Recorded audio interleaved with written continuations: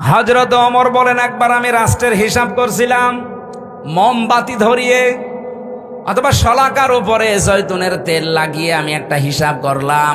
হঠাৎ করে দেখি রাতের বেলা দেশের প্রধান বিচারপতি হযরতে আলী আমার বাড়িতে আসার পরে সালাম দিয়ে জিজ্ঞাসা করলাম, প্রধান বিচারপতি, আপনি কি এসেছেন রাষ্ট্রের কোনো কাজ না নিজের কোনো কাজ নিয়ে?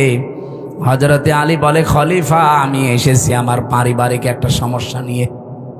হযরত ওমর সঙ্গে সঙ্গে বাতিটা লিভিয়ে দিলেন। হযরতে আলীর মন খারাপ হয়ে গেল, কি গো, আমি দেশের প্রধান বিচারপতি, আমি এসেছি দেশের প্রধানমন্ত্রীর কাছে, আমারে দেখলে তো আরো আলোক সজ্জা বেশি করবে। আর একটা জয়তুনের তেল দিয়ে লম্ফ জ্বালানো ছিল বাতি, ওইটাও দিল লিভিয়ে, এখন তো অন্ধকার হয়ে গেল, আমি কি বলতে যে কি বলবো।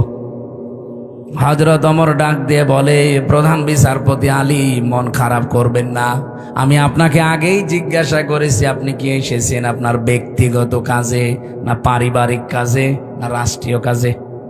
আপনি নিজেই বলছেন না আমি পারিবারিক কাজে এসেছি।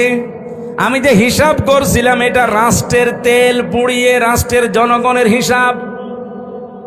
তা আপনি আসলেন আপনার পারিবারিক ব্যক্তিগত জীবনের সমস্যা নিয়ে। জনগণের তেল পুড়িয়ে আমি কাজ করি, এ সময় আপনার সাথে কথা বললে জনগণের আমানতের সাথে খেয়ানত হবে।